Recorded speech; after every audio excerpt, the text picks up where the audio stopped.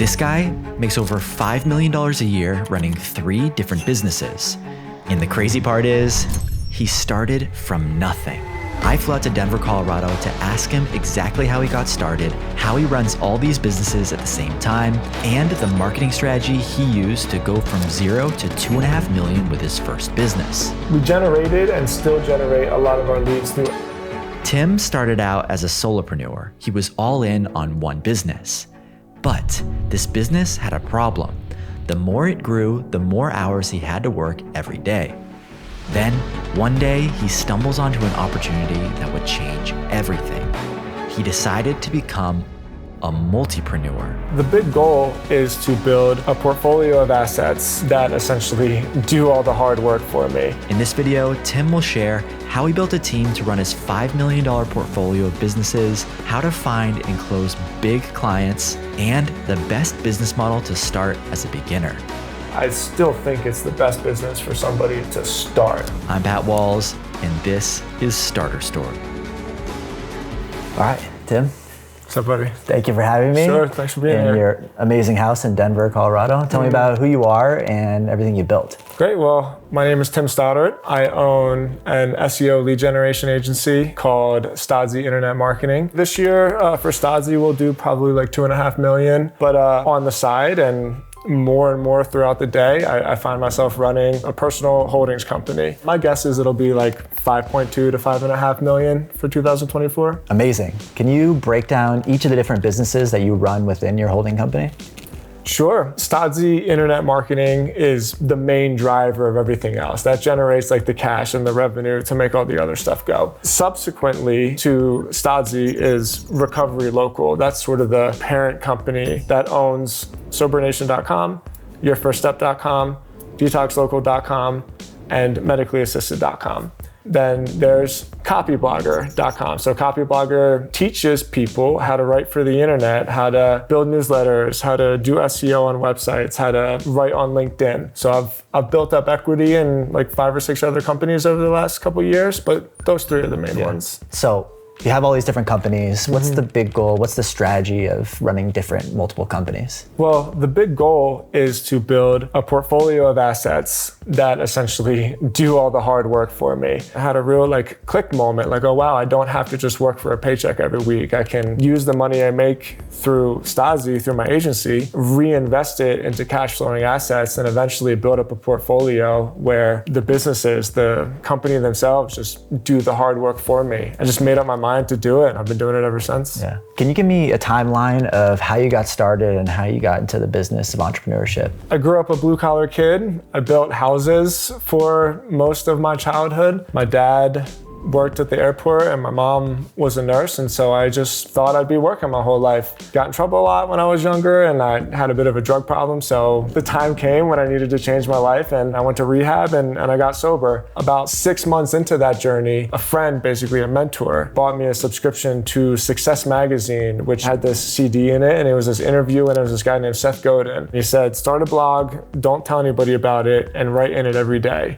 And there was something about that message where I thought, like, you know what, I can do that. I don't know why it felt like it was a good direction for me, but I knew I could do that. So I started a blog spot and I would just write random articles about like my day and what I was feeling and experiences I had. And there was other people that might have been getting sober or might have been going through a journey of themselves, and they were saying like, oh, I really relate to this, or like I felt the same way. But I was wondering, how are these people finding my blog? Like I didn't tell anybody about it. So I started researching and I discovered SEO, I discovered search, and then I would read Copyblogger every day and just improve my skills of being an online writer. And yeah, eventually that Blogspot account turned into Sober Nation, and that's how I got my start. Yeah. I love that you found the skill of writing, because actually writing was one of my skills that helped me build Starter Story. And what's amazing about Starter Story is there are thousands of case studies on founders who had some sort of skill like writing or coding or design that were able to take that one skill and turn it into a business that changed their lives. If you're looking to take your skills and passions and turn it into an online business, you should check out our workshop that we're running, where I share the story about how I turned my skills, which was actually writing, into $1 million business, how I found that business idea, how I executed on that and built that business on 2 hours a day while I had a full-time job.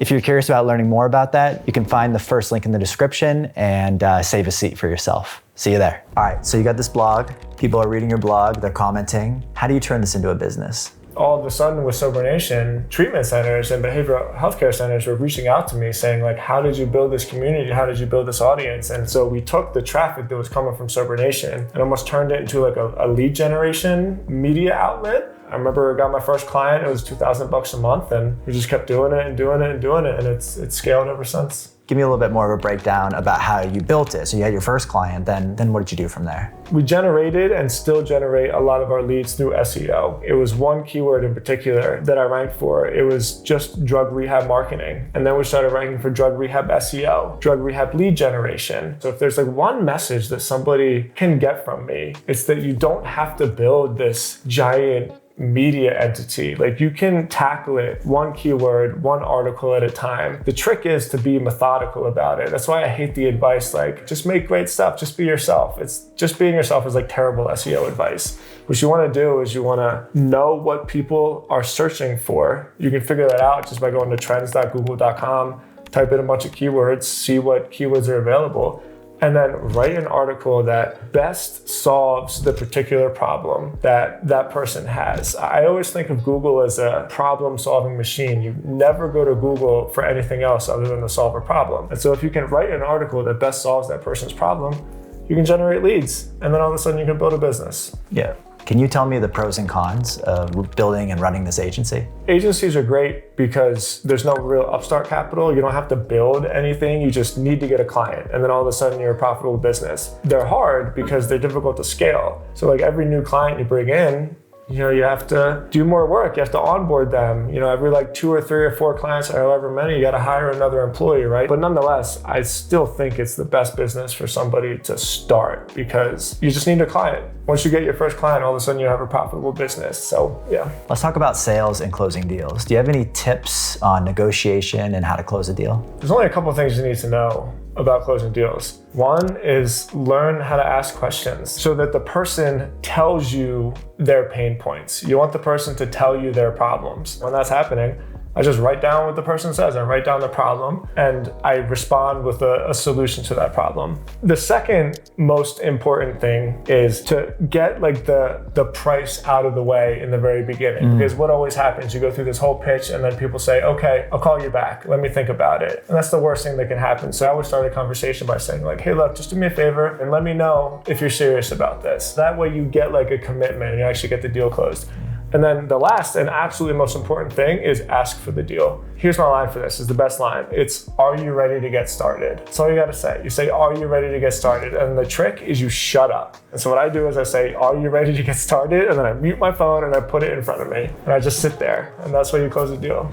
So you build this agency, it's profitable, it's generating cash. Then you start buying businesses. Can you tell me more about what that looked like? The first one was a company called Moving Local. Again, like a lead generation site. People buy moving leads a lot. I built another one called Stem Cell Authority, which was lead generation for the stem cell industry. I've recently invested in a company called Cuppa, which is an AI content creation tool. It's mainly for SEO. It's an SEO tool. I was one of the founding investors in a company called Sparkloop. It's a way for people to build their email lists. It works with Beehive and it works with ConvertKit. There's a website called Your Boulder, which I bought, which is a newsletter that goes out to the people of Boulder, Colorado. There's another SEO agency called Digital Commerce. We saw a big opportunity to do SEO for people that want to build email lists and sell digital products or sell courses or sell ebooks or subscriptions, whatever the case may be. So we have another agency. And then most recently, I just invested in a company called Hey Creator. So Hey Creator is kind of like a creator studio, you could call it, of people that are all trying to build these creator-driven businesses. And then of course, I bought Copyblogger. That's going really well, but I'm still running Recovery Local and I'm still running my agency. That's really where I spend most of my time. So you're running and have equity in multiple companies at the same time. What are some of the pros and cons of running multiple companies? Well, the cons is more mental. Sometimes I think about how much more simple my life would be if I just had one thing to focus on and I didn't have to keep track of so much stuff in my mind. The pros are that I love hearing new ideas. I love researching new opportunities. And so that keeps me like really engaged and I really really think that investing in private businesses, especially investing in cash flowing businesses, that's just a great way to make sure your money keeps growing on itself and growing on itself. All right, let's talk about tools and software that you run multiple businesses on. What are your favorite ones?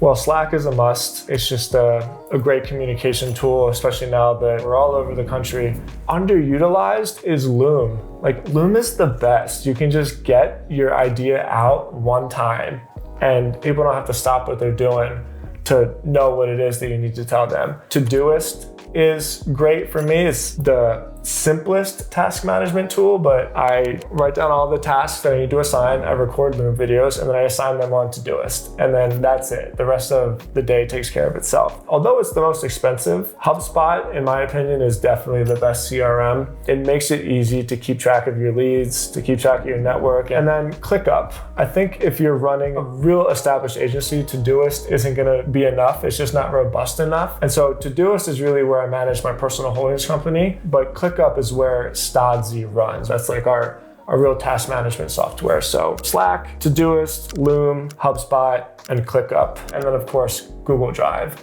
Like sometimes we laugh that basically every tool that anybody makes is just like a modified version of Google Sheets and Google Docs. And so like, yeah, Google Drive is a must. So your goal is to build these self-sustaining businesses, and now you have a team. How was it going from just a solopreneur to building a team? I had access to a lot of young people that were just getting into recovery. I hired them like straight out of halfway houses, and we've all built this together over the last 10 years. So in terms of managing a team, read the E-Myth Revisited. That book changed my life. I just realized that I am in the way of everything. I am literally the biggest problem in the company, and the best thing I can do for the company is document processes, be organized about it, teach, and then get the hell out of the way, because I don't do anything except mess things up when I get in the middle of it. So read the E-Myth and read it again, and then read it a third time and take notes on it and just do everything that book says and you'll be fine. Yeah. So you've invested in tons of businesses and you built tons of businesses. How do you approach finding great business ideas and knowing when to invest and when to not invest in a company?